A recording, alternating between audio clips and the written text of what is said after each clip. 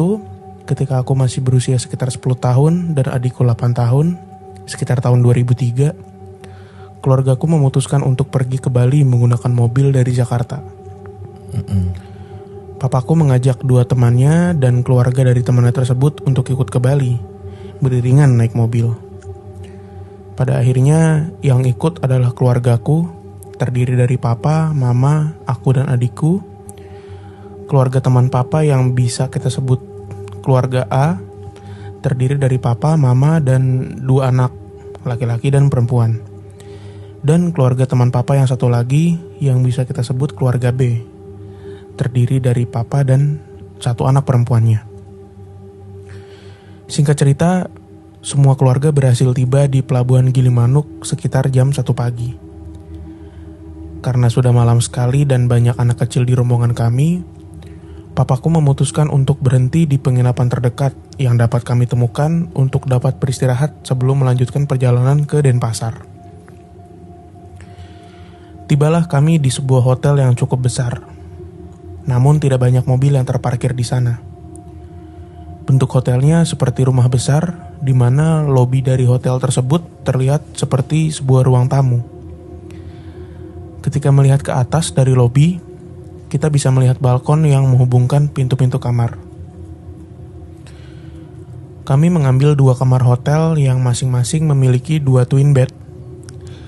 Rencananya, keluarga A akan tidur di 1 kamar, dan keluarga kami dan keluarga B akan tidur di kamar lainnya. Setelah check-in dan beristirahat sebentar di dalam kamar, papaku dan 2 temannya memutuskan untuk keluar hotel, dan entah untuk membeli makanan atau mungkin sekedar melihat keadaan sekitar. Kamar hotelnya terlihat sederhana, tua, tapi cukup bersih.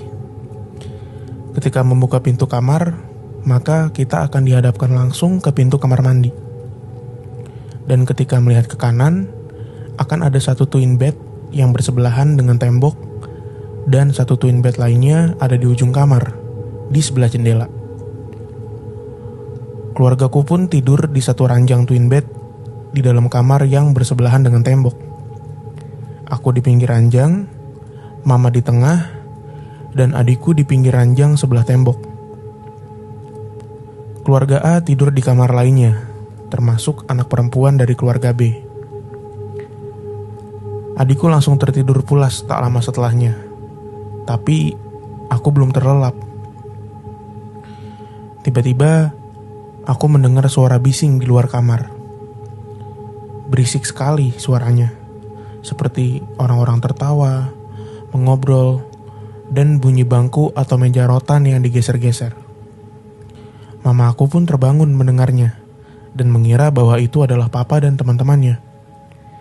Karena itu, mamaku mulai merasa kesal dan berniat ingin menegur papa untuk tidak berbicara terlalu keras, karena mengganggu anak-anak dan tamu-tamu lain yang sedang tidur. Mamaku bangun dari ranjang, dan aku mengikuti mamaku dari belakang. Semakin dekat kami ke pintu kamar, suaranya semakin kencang. Dan ketika mamaku membuka pintu kamar dan melongo keluar, hening. Tidak ada siapapun di sana. Hanya ada lorong balkon kosong dengan cahaya lampu yang redup. Bangku dan meja rotan yang ada di sana pun terlihat rapi. Tidak ada yang menggeser. Sadar ada yang salah, mamaku langsung menutup pintu. Dan ketika pintu tertutup, suaranya terdengar kembali. Sekali lagi, mamaku membuka pintu dan melihat tidak ada siapa-siapa di sana. Akhirnya, mamaku menutup pintu dan menyuruhku untuk tidur. Tapi sebelum tidur, aku ingin buang air kecil.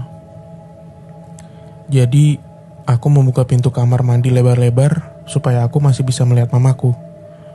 Aku buang air kecil, flush, dan mencuci tangan. Dan kembali ke ranjang tanpa menutup pintu kamar mandi. Mamaku membiarkan semua lampu di kamar itu menyala untuk mengurangi rasa takut, termasuk lampu kamar mandi. Tidak lama setelah kami mencoba untuk tidur, papaku pulang. Ia masuk dengan temannya, papa dari keluarga B, untuk tidur di satu ranjang twin bed yang bersebelahan dengan jendela. Mamaku menanyakan kalau yang tadi berisik itu adalah papaku, tapi ia menjawab bukan. Akhirnya kami coba lupakan saja kejadian suaranya tadi. Papaku dan temannya tidak langsung tertidur, tapi masih membaca peta dan berdiskusi mengenai jalan yang akan diambil ke Denpasar. Sekitar 10 menit dan aku sudah mulai tidur ayam. Aku mendengar suara yang tidak begitu asing buatku. Suara delman. Baru aku mau membangunkan mama, dengan mata masih terpejam, aku mencium wangi melati yang kuat sekali. Wancing. Kemudian, dengan sangat cepat setelahnya, aku dikejutkan oleh suara teriakan dari ranjang tempat papaku. Aku sontak membuka mata dan melihat kaki dari teman papaku sedang terangkat. Seperti ada yang menarik. Anjir. Aku melihat ujung kaki dari teman papaku ini dan melihat sesosok hitam yang menyeramkan dengan samar-samar warna merah. Anjing. Papaku langsung berteriak, "Leak!" Dan berusaha untuk melepaskan genggaman leak tersebut dari kaki temannya. Karena takut, aku buru-buru memalingkan tatapanku ke arah kamar mandi. Tapi ternyata aku melihat sosok berambut panjang dan berpakaian putih kotor. Kuntilanak. Aku ingat aku berusaha untuk memejamkan mata sambil menangis. Aku tidak tahu bagaimana papaku melepaskan genggaman leak itu dari kaki temannya.